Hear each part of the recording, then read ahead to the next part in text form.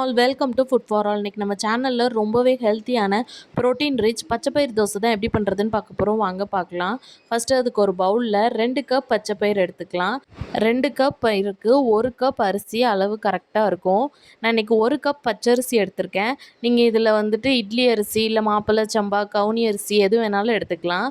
கூடவே 1 ஸ்பூன் போல் வெந்தயம் சேர்த்துட்டு இதை ஒரு முறை நல்லா மிக்ஸ் பண்ணிவிட்டு வாஷ் பண்ணி ஒரு நைட் ஃபுல்லாக ஊற வச்சிடலாம். ஒரு 5 மணி நேரம் ஊறினாலே போதும். ஆனால் நைட் ஃபுல்லாக ஊற வச்சிங்கன்னா தோசை இன்னுமே டேஸ்ட்டாக இருக்கும். இப்போ இதை திரும்ப ஒரு முறை நல்லா வாஷ் பண்ணிவிட்டு நம்ம மிக்ஸி ஜாரில் மாற்றிட்டு நல்லா ஃபைன் பேஸ்ட்டாக அரைச்சி எடுத்துகிட்டு வந்துடலாம். இந்த தோசையை புளிக்க வைக்கணும்னு அவசியம் இல்லை. நீங்கள் அரைச்ச உடனேமே ஊற்றிடலாம். இப்போ இது கூடவே 1 ஸ்பூன் போல் சீரகம், ஒரு பச்சை மிளகா, ஒரு 4-5 பல் பூண்டு எல்லாத்தையும் சேர்த்துட்டு நல்லா அரைச்சி எடுத்துகிட்டு வந்துடலாம். ரொம்ப நைஸாக இருந்தால் தான் நல்லா வரும் அப்படின்லாம் இல்லை. கொஞ்சம் கொரகொரப்பாக இருந்தாலும் இந்த தோசை டேஸ்ட்டாக தான் இருக்கும்.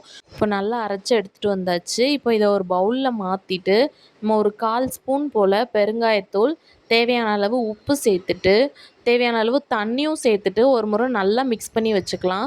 இந்த பேட்டர் ரொம்ப தண்ணியாக போயிடக்கூடாது. கட்டியாக இருந்தால் கூட தோசை ஊற்றுறதுக்கு நல்லாவே வரும். ஆனால் தண்ணியாக இருந்துச்சுன்னா தோசை வரவே வராது. இப்போது தோசைக்கல் நல்லா சூடானதுமே இந்த அளவுக்கு கட்டியாக இருந்தால் போதும். தோசை ஊற்றிட்டு நல்லா முருகலாக வர்றதுக்கு நல்லா ஸ்ப்ரெட் பண்ணி விட்டுருங்க.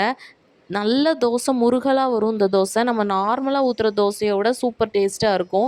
நல்லா ஊற்றிட்டு எண்ணெயோ நெய்யோ விட்டுட்டு நல்லா வெந்ததுக்கப்புறம் இன்னொரு சைடு திருப்பி போட்டு எடுத்திங்கன்னா சூப்பர் ப்ரோட்டீன் ரிச் நல்ல முருகலான பச்சைப்பயிறு தோசை ரெடி. கண்டிப்பாக இது குட்டீஸ்க்கெலாம் ரொம்பவே பிடிக்கும். நல்ல கார சட்னி இல்லைன்னா கெட்டியான தேங்காய் சட்னி கூட சர்வ் பண்ணிங்கன்னா சூப்பராக இருக்கும். எப்படி இருக்குன்னு செஞ்சு பார்த்துட்டு கமெண்ட்ஸில் சொல்லுங்கள். நம்ம சேனலை மறக்காமல் சப்ஸ்கிரைப் பண்ணிக்கோங்க. பாய்.